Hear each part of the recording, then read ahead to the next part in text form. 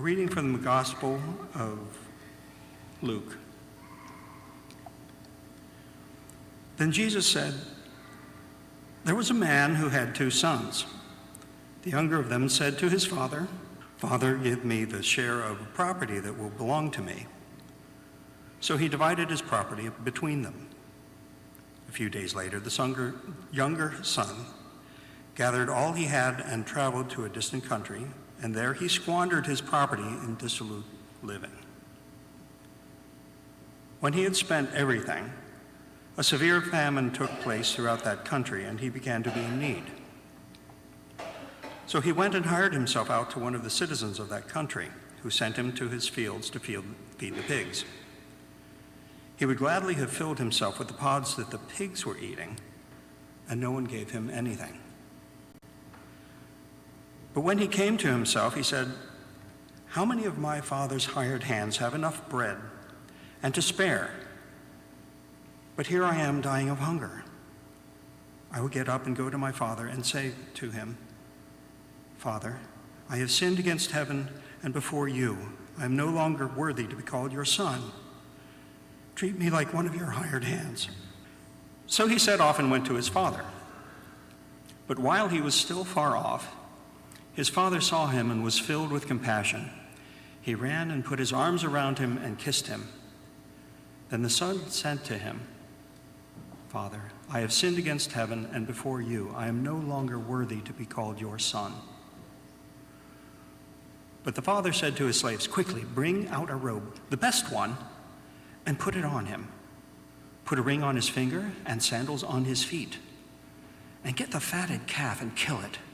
And let us eat and celebrate, for this son of mine was dead and is alive again. He was lost and is found.' And they began to celebrate. Now his elder son was in the field, and when he came and approached the house, he heard music and dancing. He called one of the slaves and asked what was going on. He replied, 'Your brother has come, and your father has killed the fatted calf because he has got him back safe and sound.' Then he became angry and refused to go in. His father came out and began to plead with him, but he answered his father, 'Listen, for all these years I have been working like a slave for you, and I have never disobeyed your command. Yet you have never given me even a young goat so that I might celebrate with my friends. But when this son of yours came back who has devoured your property with prostitutes, you killed the fatted calf for him.' Then the father said to him, 'Son, you are always with me, and all that is mine is yours. But we had to celebrate and rejoice because this brother of yours was dead and has come back to life.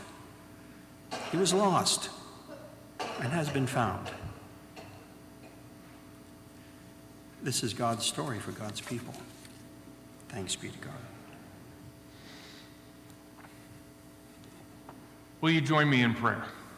Startle us, O God, with your grace and your truth, with the power of these ancient stories still living today.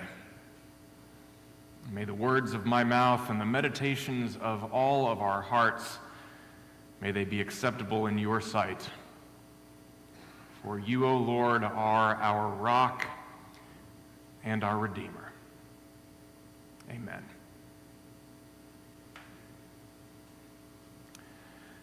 This is Understanding the Bible, Part 6, starting to sound like the Marvel comic book series. Parts 1 through 5 are available on our website or through our podcast, and you can catch up anytime. The whole series is really only about 100 minutes in length if you decide you want to catch up later or share it with a friend.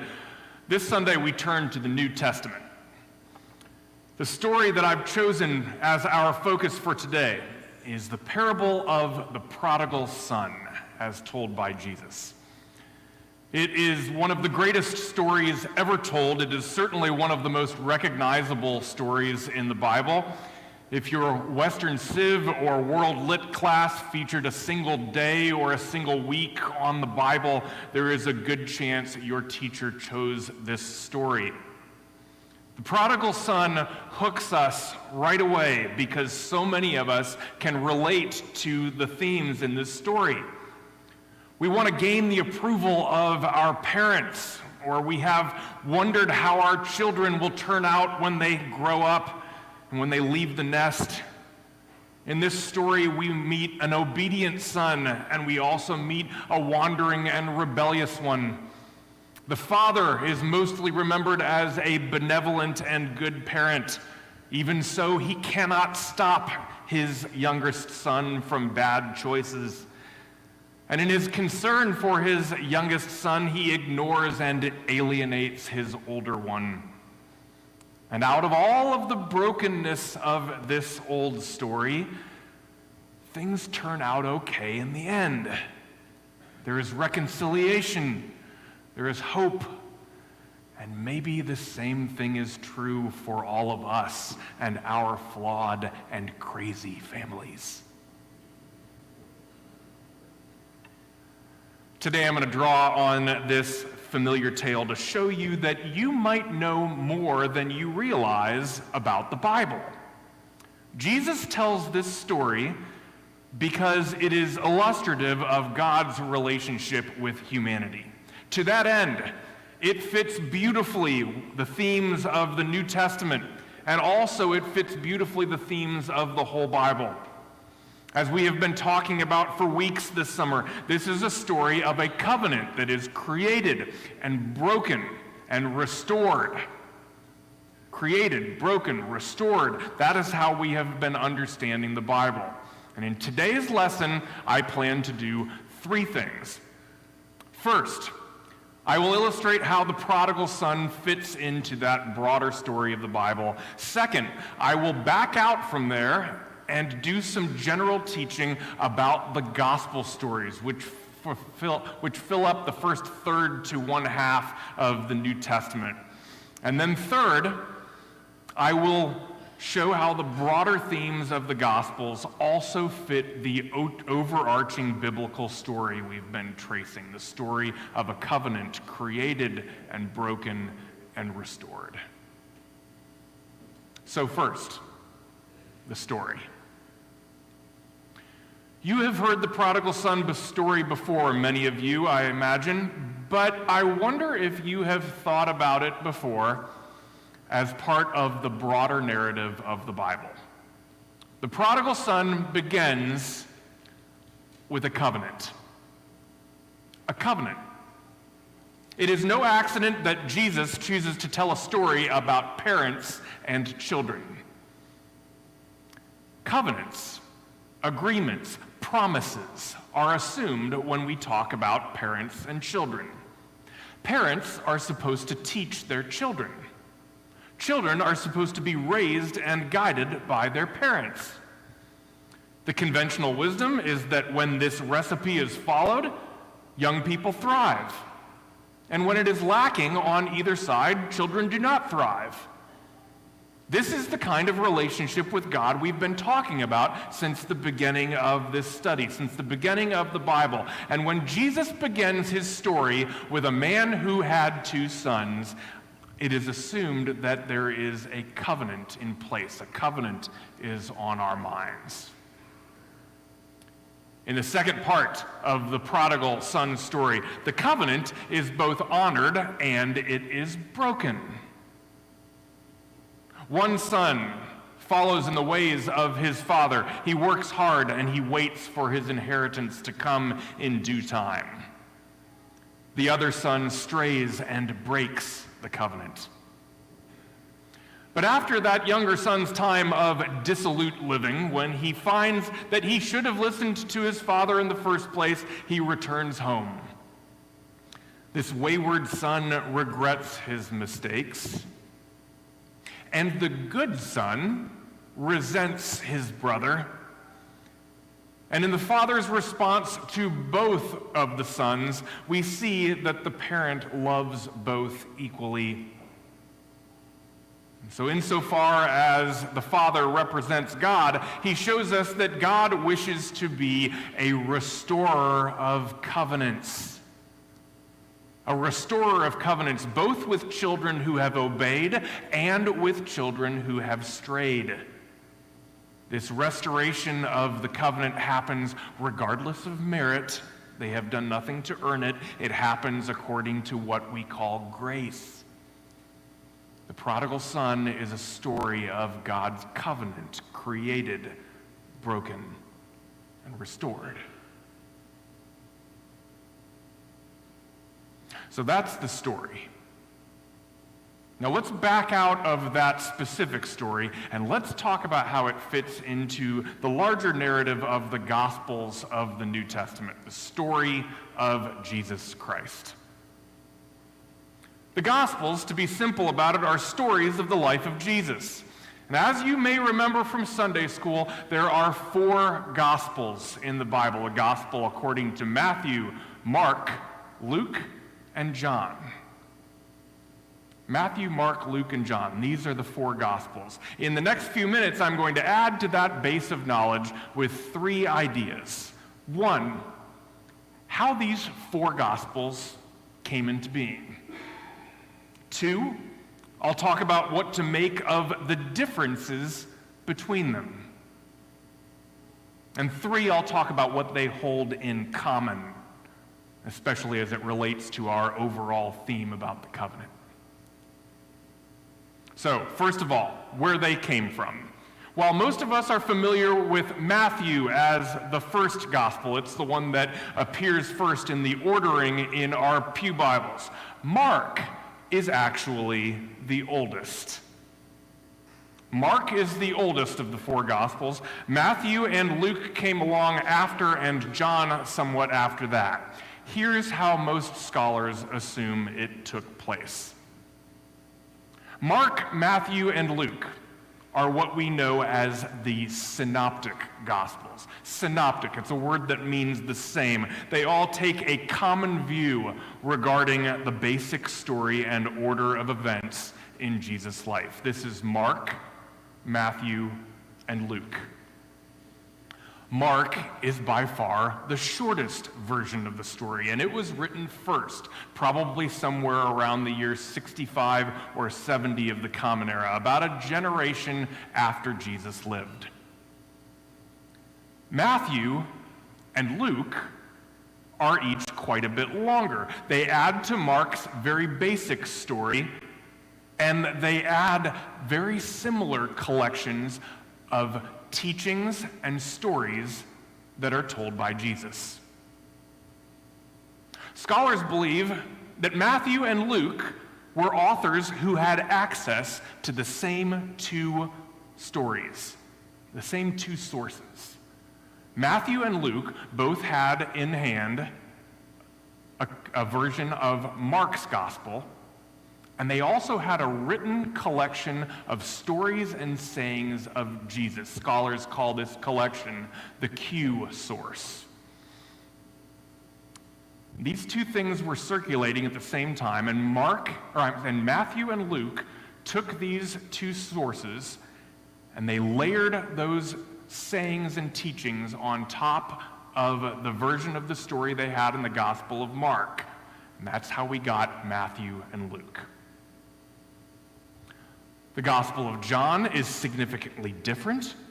While some of the stories in it are the same, John does not follow the same storyline as laid out in the other 3. John leaves out many of the stories that Mark, Matthew, and Luke hold in common, and John adds a number of other stories and sayings that are not common to the other 3. John is therefore believed to have emerged in a somewhat similar way to how Mark came about in the first place. In both cases, there were stories, oral traditions about Jesus that were circulating in a community, and people like Mark and John took it about themselves to write it down. That's an explanation of the how. Let's talk about the differences between these 2 stories. You may not remember everything that I told you in the last 2 minutes, but it illustrates that these stories come from different origins and they involve different material. So let's talk about what we make of that as people of the faith. At first, it may sound threatening that there are significant differences to be found in the 4 Gospels. Why is there not total agreement on the life of Jesus? Which version are you supposed to believe? Which stories are the most important? The simple answer is that there is no use trying to hide or explain away the differences between the Gospels. To acknowledge that the stories in the 4 Gospels are different is not some kind of heretical ivory tower scholarship. It is obvious and evident to anyone who sits down and reads the Bible. Fact, the Gospels are different from one another. But why are they different? And what should we make of that? A simple analogy I hope will be helpful. I want you to imagine asking any 4 people that you know to tell you a story they all know from long ago. A story in which you all share a common history. Perhaps you call 4 friends who attended high school or college with you, and you ask them to tell you about a series of events in which you all participated. The story of your fraternity pledgeship, the story of the road to the regional championship in soccer. Each friend's version of that story is bound to be different. It will involve different individual events. It'll involve different characters and details, because that's how storytelling works. We tell stories according to what we remember best and what was most important to each of us. And the fact that each one of your friends' versions of the story includes different details, that does not make any one of their stories false. This is similar to what we are dealing with when we read the Gospels. Each one of the faithful writers of the 4 Gospels selected stories and sayings of Jesus. They selected stories and sayings that were most memorable to them. And they wrote them down in the order that they remembered, the order that made sense to them. This was not a police report or a scientific study. It was not a way of writing that was held to common standards of accuracy. No, it was something quite different. It was the telling of the inspiring story of Jesus' life. It was an act of spreading faith in Jesus Christ. And to that end, there are things in each of the Gospels that are different, but there are also things about the story that are the same. And let's talk about that next. Even though the Gospels are different in their details, there are parts of Jesus' life that each one of these accounts, each one of these 4 Gospels has in common. One way of thinking about it comes from many theologians in our history, and it's summed up in a book called Jesus the Savior by one of my college professors, Bill Plaker. The 4 Gospels, he says, make reference to 4 primary elements in Jesus' life. All 4 Gospels talk about Jesus' birth, his ministry, his death on the cross, and his resurrection. Birth, ministry, cross, resurrection. All 4 of the Gospels hold this story in common. These matters are dealt with quite differently in each of the 4 Gospels, but each one of the Gospels addresses them. Here's an example. Let's take Jesus' birth. Mark which we've said is the briefest of the four accounts, Mark says very little about Jesus' birth, but he does talk about it. He does make sure that you know where Jesus comes from. He ties Jesus back to his origins in the Old Testament and the prophecies that looked forward to his birth. It establishes where Jesus came from. Matthew and Luke, who have Mark's story and who add stories and sayings to it, they have the most robust stories of the accounts of Jesus' birth, and they add things like the stories of Mary and Joseph and their families, the stories of the shepherds and the wise men who visit the manger scene. These stories are layered on top of the Gospel of Mark, and they reinforce the importance of Jesus' birth. John doesn't do any of that, but provides an account of Jesus' birth, of where Jesus came from his standpoint, which is much more philosophical and cosmic. You'll recognize this from Christmas Eve worship. In the beginning was the Word, and the Word was with God, and the Word was God. And John goes on to tell his own accounting of Jesus' birth. These are all ways of talking about Jesus' birth, where he came from. The ministry, the cross, the resurrection are all dealt with similarly. When it comes to the resurrection, Mark says almost nothing of it, but he tells the story of the women coming to the tomb and finding it empty so that we will know the story is not over. Matthew, Luke, and John then go on to tell much more extensive accounts of what happened after Jesus' resurrection. Each one of these stories includes common elements: birth, ministry, cross, resurrection, different in the details, but all making sure that we know the scope of that story. And to explain what is so important about these common events in the Gospels, think back on that analogy I told you about a memory from high school or college. Now imagine for a moment that the story you asked your friends to tell you was about a teacher or a mentor you all shared. Someone who had a profound effect on the direction of all of your lives. Each friend would share different stories and different details, but the themes would likely be the same. You would get the sense from everyone's story that the person you were talking about was someone who was a source of great wisdom or passion or encouragement. And there would likely be a few common events that you would all draw from, stories you remember because they reinforce those values so strongly.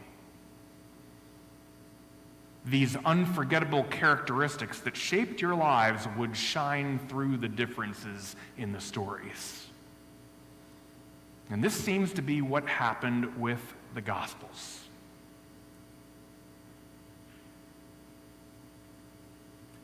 Think once more about those four common elements in the Gospels: birth, ministry, cross, resurrection.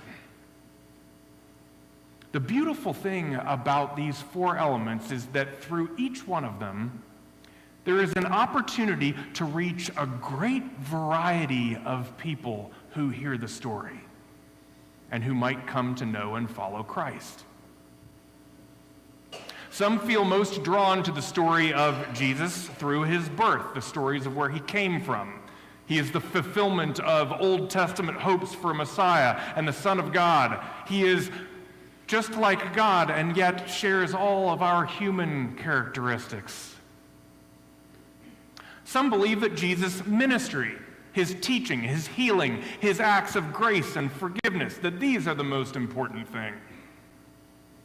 Some people are drawn most to the story of the cross, that like a ritual sacrifice, there is a way that the death of Jesus unites him in common cause with all of us who will one day die, and that in his death, he cleanses us of all of the sins of our lives. And still others focus on resurrection. The promise That Jesus saves mortal, fragile human beings and saves the world by showing us that death does not have the last word. John Calvin, the father of our Presbyterian faith, said that all of these parts of the story, birth, ministry, cross, resurrection, they all have their place. He wrote that the miracle of Jesus is not about one of these four parts of his life, but that Jesus saves us through the whole course of his obedience to God. And that's always suggested to me that all of us are not going to be drawn into this story by the same things. We may like one gospel better than the others, and that's okay too.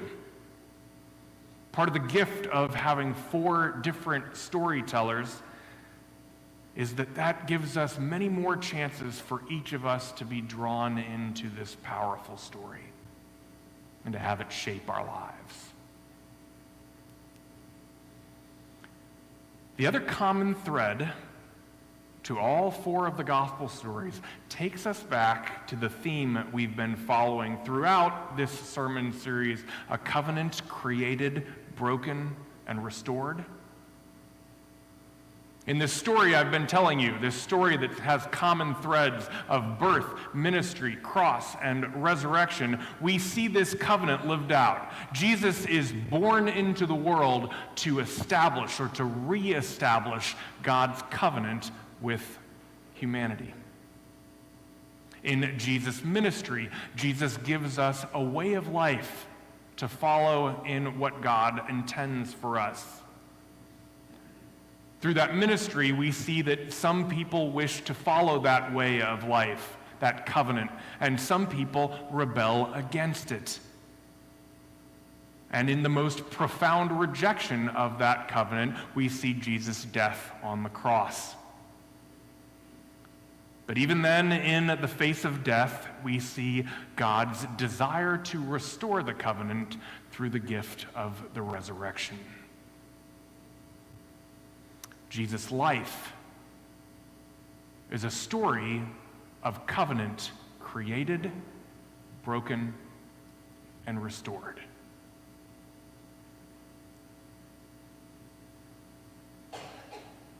Now that is a lot to take in for today. And there was a recording that's made, so you can listen to it again. You can also join us for Bible study on Wednesday night if you wish to go deeper with this story. I look forward to seeing you there. The remainder of the New Testament's devoted to how the early church started to tell this story of Jesus after his earthly life was over. We will go there next time during part 7. Amen.